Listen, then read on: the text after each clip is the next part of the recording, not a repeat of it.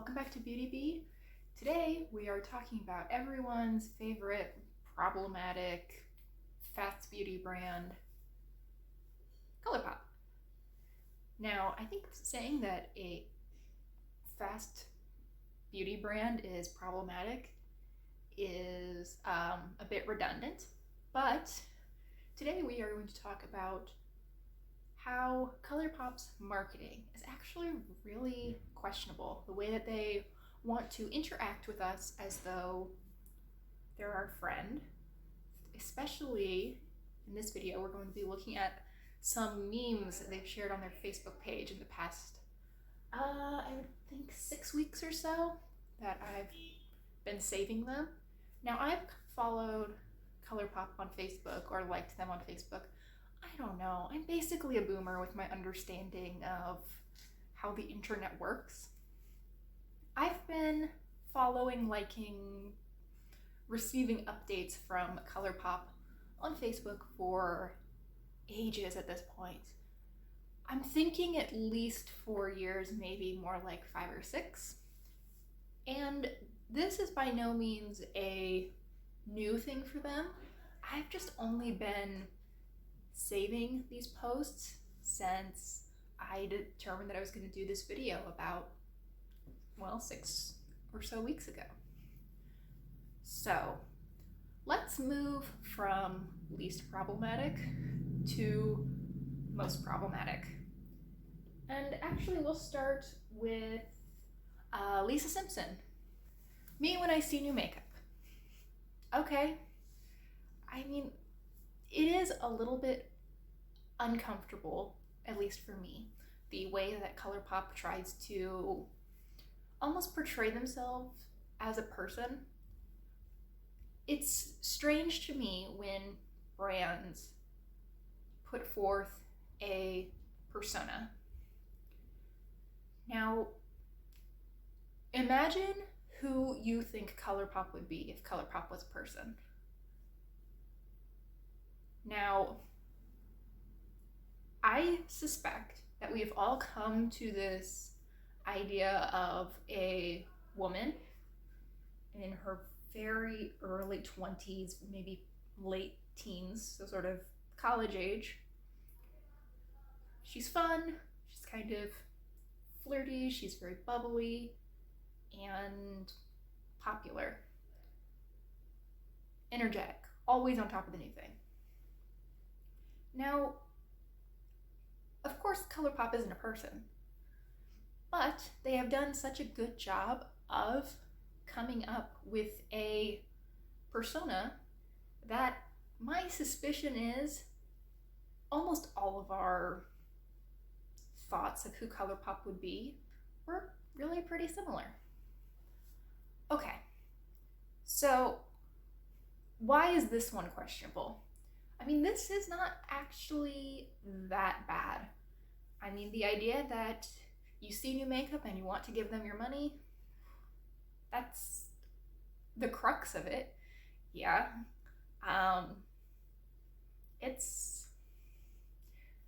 This is probably the only one on this list that if an actual person, not a company, because companies aren't your friends, if an actual person who was my friend sent me this meme, I wouldn't laugh at it because it's not actually funny, but I wouldn't think anything of it, right?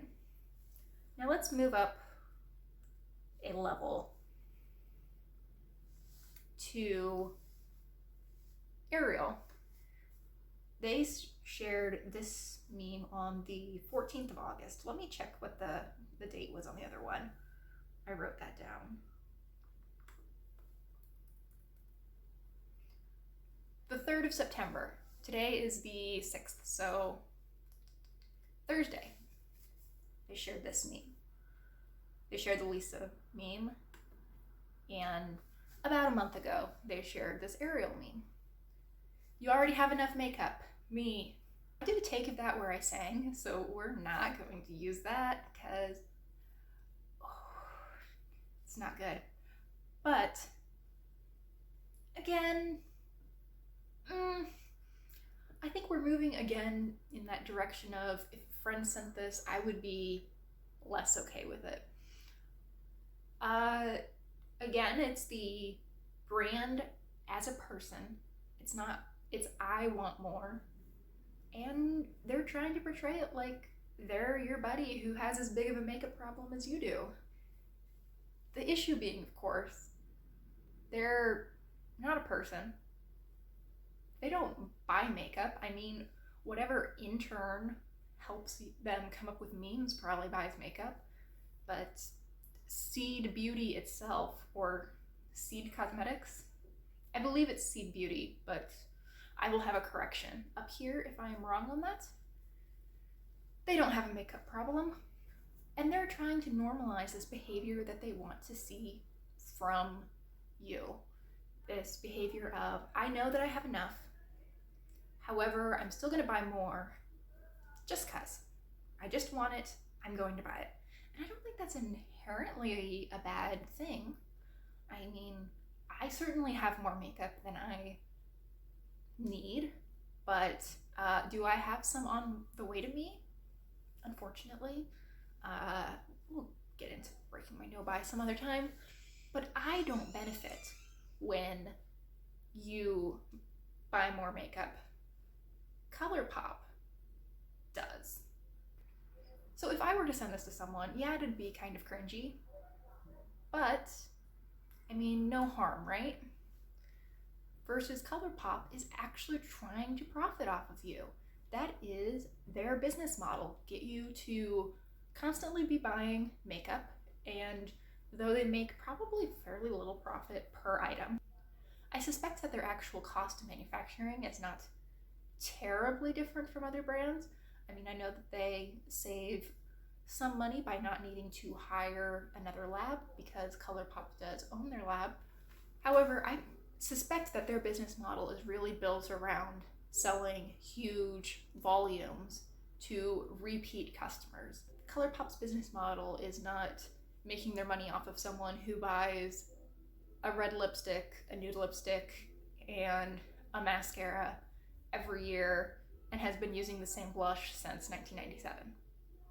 No, their customer, the person they make the most money from, is someone who's probably around my age, mid-20s, who buys makeup every 2 weeks, every 3 weeks. And they want it to be normal for you to do this all the time. Let's move up to a level of problematicness to Squidward. And you deserve that palette.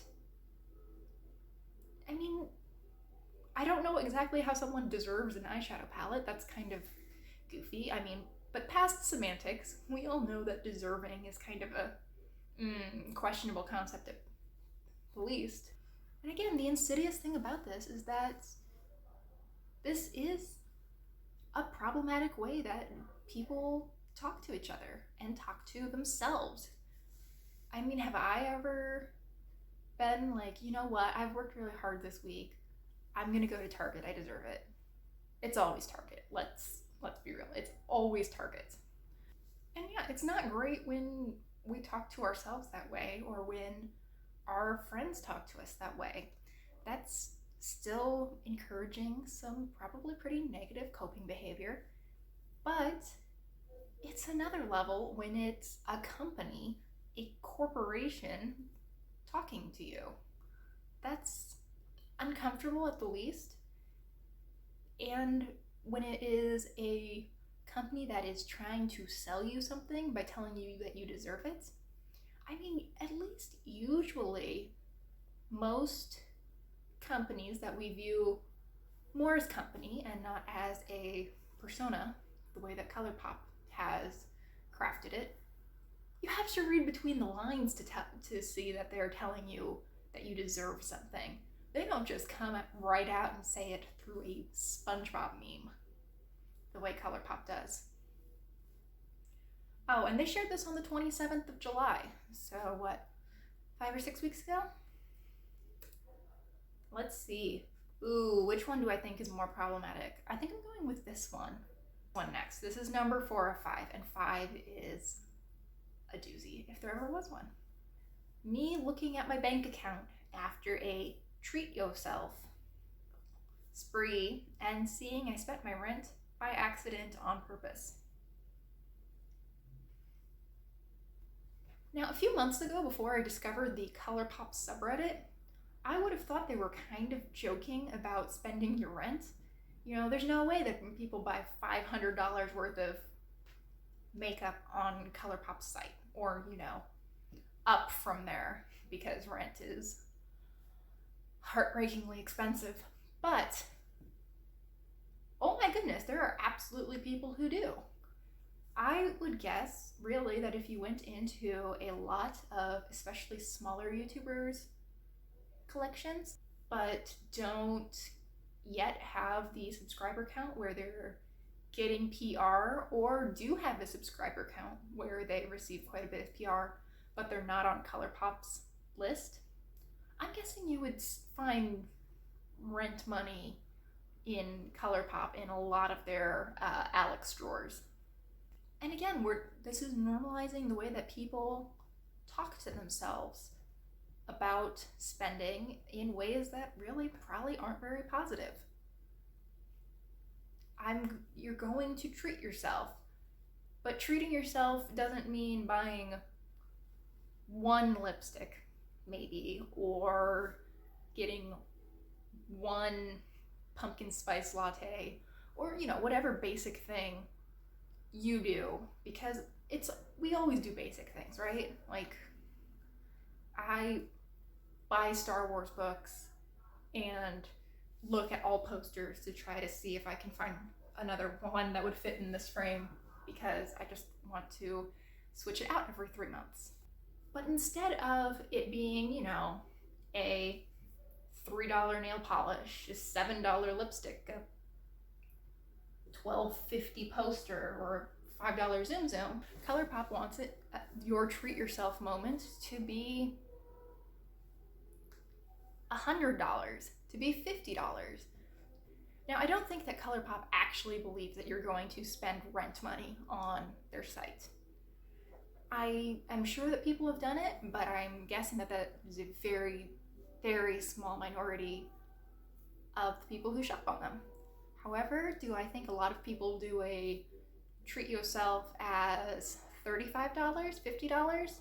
I believe their shipping minimum's $35, and I'm guessing that a huge proportion of Colourpop's orders fall between that $35 and maybe $45 price range of people just adding things until they hit that free shipping minimum. And on Colourpop, that's a lot of makeup. So though we aren't actually seeing that spending rent money is normal, but we're not nearly at the level of spending $5 on treat yourself. And they want you to just continue ratcheting that up a bit until you're giving them really pretty significant amounts of money fairly constantly, anytime you want a little something.